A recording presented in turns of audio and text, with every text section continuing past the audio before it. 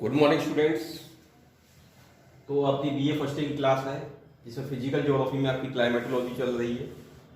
और जैसा कि आपको पता है कि क्लाइमेटोलॉजी में कल हमने प्रेसअप किया था, यानी वायुमंडलीय दाब किया था और वायुमंडलीय पेटियाँ की थी।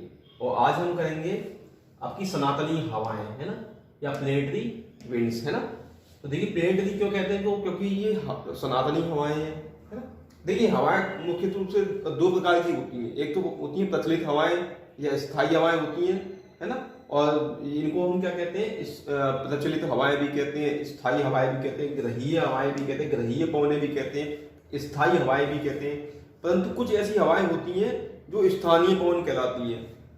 क्या वो लोकली उनका जन्म होता है, परंतु ये जो प्लेनेटरी विंड्स हैं इनको सनातनी इसलिए कहा जाता है, स्थायी हवाएं इसलिए कहा जाता है क्योंकि ये अनंत काल से पृथ्वी पर एक निश्चित दिशा में चल रही है, इसलिए इनको सनातनी कहते हैं। सनातनी मतलब काफी लंबे समय से, ना, सनातन काल से चली आ रही है, यानी काफी लंबे समय से, लाखों सालों से, करोड़ों सालों से इनकी दिशा एक ही है, इसीलिए इनको पृथ्वी पर हम प्लेनेटरी विंड्स कहते हैं, ग्रहीय हवाएं कहते हैं, प्लेनेटरी विंड्स कहते हैं, और सनातनी हवाएं या स्थायी हवाएं भी कहते हैं, है ना। स्थानीय हवाओं में आपकी दूसरी हवाएं आती हैं जो स्थानीय प्रभाव से उत्पन्न होती हैं, जैसे क्या है आपकी चिनूक है, सिरक्को है ना। और जो पर्वतों से चलती है घाटी से, उसे घाटी समीर कहते हैं। समुद्र से स्थल की चलने वाली स्थलीय समीर कहते हैं, या स्थल से समुद्र की चलने वाली तो समुद्री समीर कहते हैं, है ना। तो ये लोकल विंड्स में आती है, परंतु ये सनातनी हवाएं हैं क्योंकि ये हमेशा एक ही दिशा में चलती है ना। इनका जो चलन पथ है वो निश्चित है, वो कभी बदलता नहीं है, इनका चलन पथ कभी चेंज नहीं होता है, इसलिए इनको सनातनी हवाएं या स्थायी हवाएं, स्टेबल जो है विंड्स, इनको हम कहते हैं। तो देखिए ये पृथ्वी एक ग्लोब है, आपको पता है। ग्लोब मतलब आपने देखा ही होगा, जिस पर पूरे वर्ल्ड का मैप होता है। पृथ्वी को ही ग्लोब कहते हैं क्योंकि इसकी हम कल्पना ग्लोब के रूप में ही कर सकते हैं। तो देखिए इस पर भी ये सनातनी हवाएं पाई जाती है ना। तो इसको हम क्या कहते हैं, स्थायी, सनातनी या ग्रहीय हवाएं भी कहते हैं। तो देखिए सबसे पहले हम बात करेंगे अयनवृत्तीय हवाओं की। अयनवृत्त किसे कहते हैं, देखिए भूमध्य रेखा के दोनों तरफ जो 30 डिग्री उत्तरी और 30 डिग्री दक्षिणी अक्षांश, ये 30 डिग्री उत्तरी है, 30 डिग्री दक्षिणी अक्षांश और बीच कर्क और मकर रेखाओं के बीच के क्षेत्र को हम क्या कहते हैं, अयनवृत्तीय क्षेत्र कहते हैं। इस भाग में देखिए आपकी दो तीन चीजें हैं।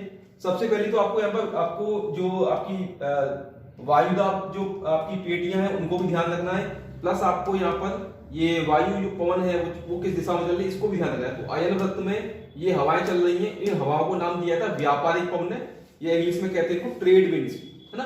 तो देखिए ट्रेड विंड्स क्या है, ये दोनों गोलार्धों में चल रही हैं, और इसके बीच में देखिए ये 0 से 5 डिग्री नॉर्थ और 5 डिग्री साउथ के बीच में जो पेटी है इसको हम कहते हैं निम्न दबाव का क्षेत्र, है ना, या निम्न वायु दाब की पेटी कहते हैं।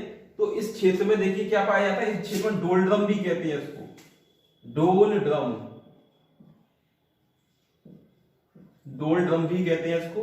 आप इसको मैं यहां लिख दे रहा हूं, देखिए समझ लीजिए, डोलड्रम, डोलड्रम, है ना।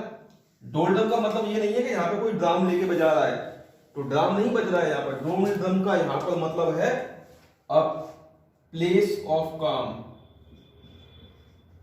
प्लेस ऑफ काम, यानी कि शांत क्षेत्र। शांत क्षेत्र का मतलब होता है डोलड्रम, ठीक है।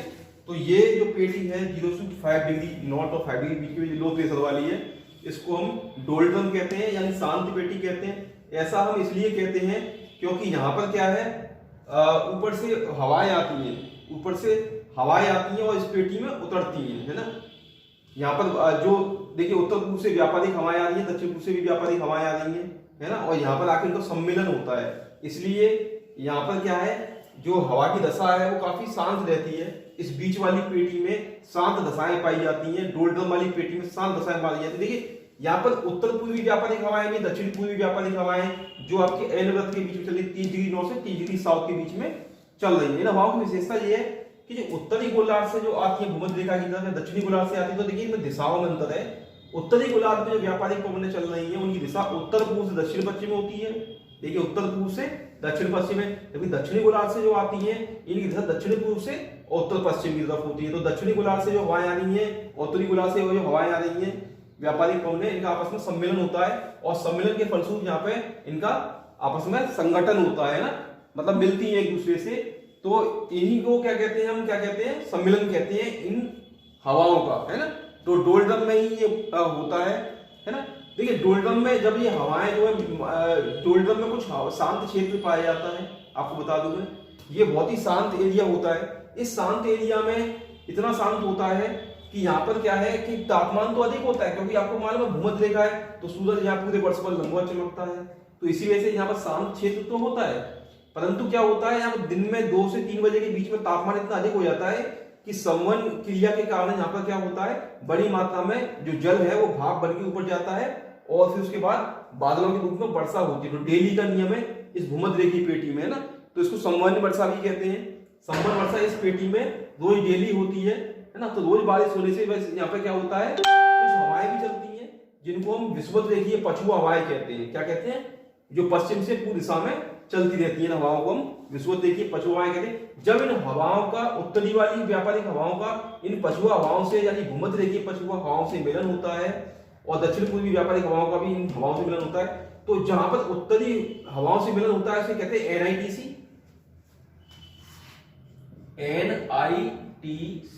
और जहां पर दक्षिणी हवा का मिलन होता है उसे कहते हैं SITC, है ना। समझ लो क्या होती है, north intertropical convergence zone, NITC कहते हैं, नॉर्थ इंटरट्रॉपिकल कन्वर्जेंस जोन कहते हैं, यानी उत्तरी उष्ण अभिसरण क्षेत्र और दक्षिणी उष्ण अभिसरण क्षेत्र, यानी इन हवाओं के जो उत्तरी पूर्वी व्यापारिक हवाएं हैं जब वो भूमध्य रेखीय पछुआ हवाओं से मिल रही हैं तो वहां पर उस क्षेत्र को NITC कहते हैं, और ये दक्षिणी हवाएं मिल रही है उसको कहते हैं SITC कहते हैं। देखिए SITC और NITC ये भी क्या होता है, मौसम के परिवर्तन के साथ उत्तर दक्षिण खिसक रहती है। जैसे सूर्य उत्तरायण या दक्षिणायन होता है या कर्क रेखा से मकर रेखा पर गति करता है, तो इन SITC और NITC में भी ऊपर नीचे खिसकाव होता है ना। तो ये है हमारी व्यापारिक पेटी, है ना। देखिए ये व्यापारिक पेटी के विपरीत हवाएं भी चलती हैं, है ना, क्योंकि ये हवाएं जब आती हैं तो इसकी विपरीत भी हवाएं चलती हैं, और यहाँ से जो ऊपर उठकर हवाएं देखिए ऊपर उठ गया और फिर यहाँ पर आगे जाके देखिए 30 से 35 डिग्री वाले अक्षांशों में उतर रही हैं। ये हवाएं यहाँ पर आई, इन दोनों का सम्मिलन हुआ और मिलने के बाद देखिए ये हवाएं जो है ऊपर उठ रही है, देखिए, है ना। ये हवाएं यहाँ पर यानी उत्तर पूर्वी व्यापारिक हवाएं, दक्षिणी पूर्वी व्यापारिक हवाएं, इनका मिलन हो रहा है यहाँ पर भूमध्य रेखा पर, और मिलने के बाद ये ऊपर उठ रही है। ऊपर उठने के बाद ऊपरी वायुमंडल में क्या कर रही है, इस वाली पेटी में उतर रही है, देखो 30 से 35 वाली उत्तरी अक्षांश में, और यहाँ पर देखिए दक्षिणी अक्षांश में उतर रही है 30 से 35 दक्षिणी अक्षांश में, तो यहाँ से उठकर यहाँ पर उतर रही है ना। तो देखिए यहाँ पर इसी वजह से लो प्रेशर है, क्योंकि यहाँ पे क्या है, हवाएं ऊपर उठ रही हैं, इसी वजह से रिक्त स्थान एक स्थापित हो जाता है, इसी वजह से यहाँ पर जो शांत दशाएं पाई जाती है ना, इसी को डोलड्रम कहते हैं। तो यहाँ पर दोनों हवाओं का सम्मिलन हो रहा है। देखिए ये जो SITC है और NITC है, ये सतत पेटी में नहीं पाई जाती है, ये असतत पाई जाती है भूमध्य रेखा पर। सतत का मतलब ये कि कहीं कहीं पर ये इसका लोप हो जाता है SITC और NITC का, मतलब जहाँ पे हवाएं मिल रही है, मान लो कोई स्थान ऐसा जहाँ पर नहीं मिल रही है तो वहां पे SITC और NITC का लोप हो जाता है। हालांकि इस NITC का और SITC का सूर्य के उत्तरायण और दक्षिणायन होने के साथ में ऊपर नीचे गति होती रहती है।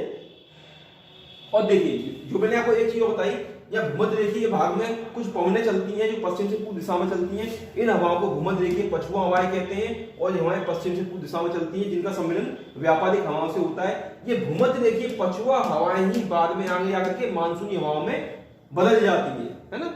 यही पछुआ हवाएं जो है भूमध्य रेखीय वाली, ये पछुआ हवाएं अलग है। देखिए मैं आपको एक बार पढ़ाऊंगा, ये 35 से 60 डिग्री वाली, 30 से 60 डिग्री वाले अक्षांशों में पाई जाती है हवाएं अलग है, ये भूमध्य रेखीय पछुआ हवाएं है ना। तो ये ही बाद में जो है आपकी मानसूनी में वर्षा में बदल जाती है ना। तो ये बहुत ही इंपॉर्टेंट पेटी है ना।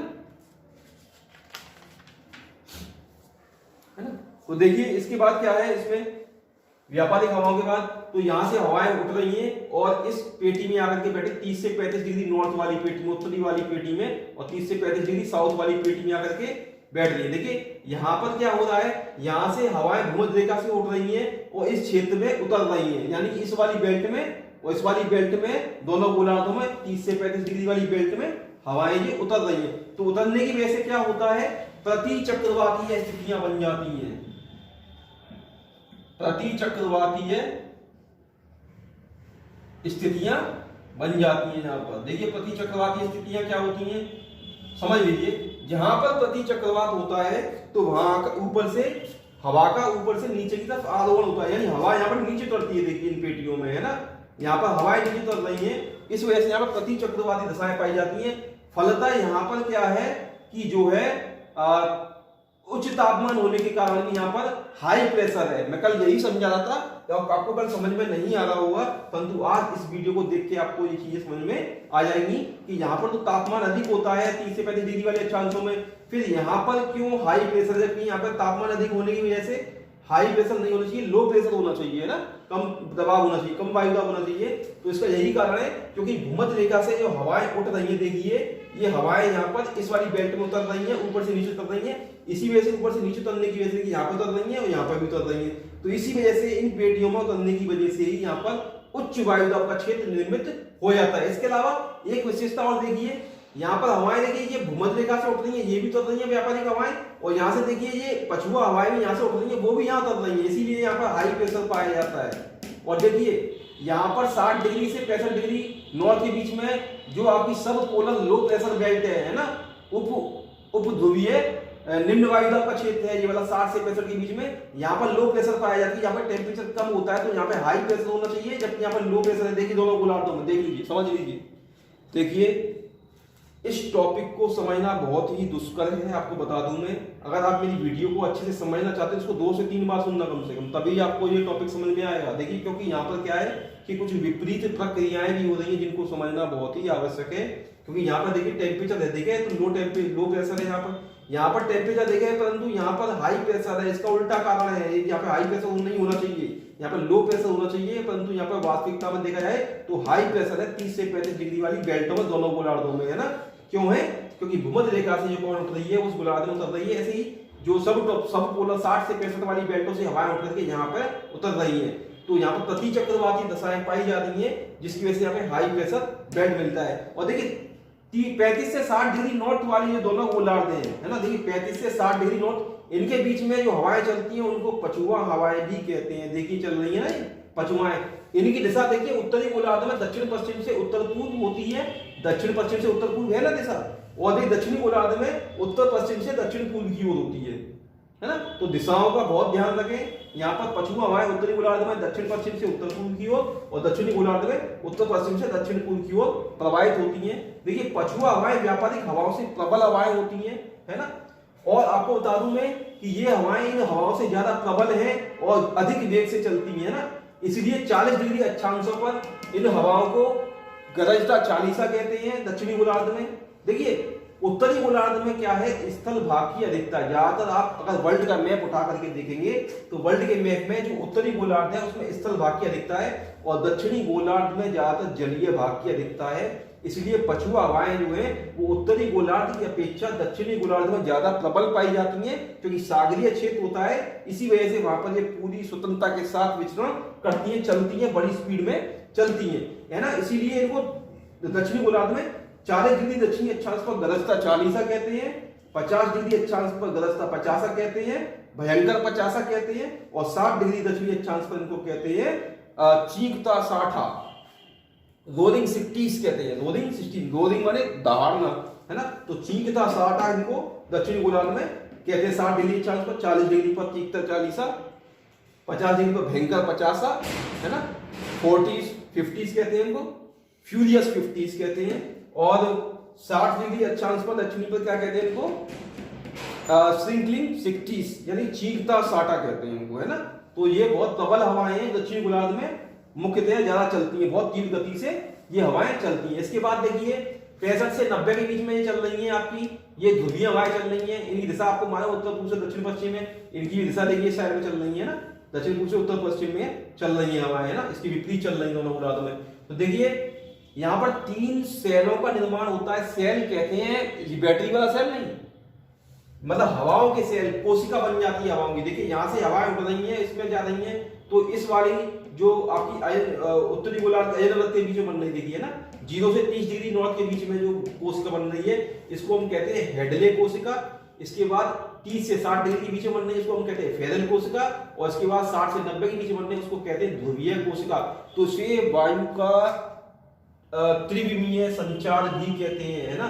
त्रिविमीय तो 3 विमाएं हैं यहाँ पर देखिए इसकी, तो इसको वायु का त्रिकोशिकीय संचार भी कहते हैं, या थ्री ट्राइमोलर विंड सर्कुलेशन भी इसको इंग्लिश में कहते हैं। तो देखिए यहाँ पर इसके बाद क्या है, ध्रुवीय हवाएं। देखिए यहाँ पर से हवाएं उठ रही हैं, क्योंकि आपको पता है कि यहाँ पर बहुत उत्तरी ध्रुव पर और दक्षिणी ध्रुव पर टेम्परेचर बहुत ही कम है। तो टेम्परेचर कम होने की वजह से यहाँ पर कम तापमान होने की वजह से यहाँ पर उच्च वायु दाब पाया जाता है, पोलर हाई प्रेशर बेल्ट पाई जाती है। यहाँ पर कम तापमान, बेहद कम तापमान होने की वजह से यहाँ पर क्या देखिए दोनों गोलार्धों में उत्तरी ध्रुव पर और दक्षिणी ध्रुव पर पोलर हाई प्रेशर बेल्ट यानी उच्च वायुमंडलीय दाब पाया जा रहा है यहाँ पर। तो इस वजह से हवाएं निम्न ध्रुवीय आपके वायुदाब क्षेत्रीय चलती है। देखिए हवाएं यहाँ से जहाँ चल रही है ना, फिर यहाँ पे उठ के पूरा उठती है, फिर हल्की होती है, फिर ऊपर इधर जाती है ना, और यहाँ से हवा इधर साइड में चलती है, तो यहाँ उतरती है देखिए 30 से 35 वाली बेल्ट में। तो देखिए ये है वायु का त्रिकोशिकीय संचार, या हम इसको कहते हैं वायु की सनातनीय हवाएं। तो आपको पेपर में अगर आएगा तो आपको तीनों पवनें बतानी पड़ेंगी, जैसे कि व्यापारिक पवनें, पछुआ पवनें और ध्रुवीय पवनें, और उनकी गति क्या है, दिशा क्या है, उत्तरी गोलार्ध में दक्षिणी गोलार्ध में इनकी दिशाएं क्या होती है, उनकी विशेषताएं क्या है, तो आपको ये सब बताना पड़ेगा, है ना। तो यही है आपका सनातनी हवाओं का परिचय। कल देखिए हम न्यू टॉपिक पढ़ेंगे, अगर जिसको समझ में नहीं आ रहा है ये टॉपिक बता दें तो आप मुझे नीचे कमेंट्स में लिख सकते हैं, या आपको कोई चीज में समझ में नहीं आ रही तो आप मुझसे आकर के पूछ सकते हैं कॉलेज में, है ना। कोई चीज समझ में नहीं आ रही तो आप मुझसे कॉलेज में आकर के पूछ सकते हैं, क्योंकि मैं बहुत स्पीड में थोड़ा बताया है मैंने, तो आपको समझ में नहीं आ रहा तो आप धीरे धीरे इसको समझ सकते हैं। इसके अलावा आपको कोई प्रॉब्लम्स हो आप तो कमेंट में आप कह सकते हैं, है ना। तो कल हम नया टॉपिक देखेंगे। धन्यवाद।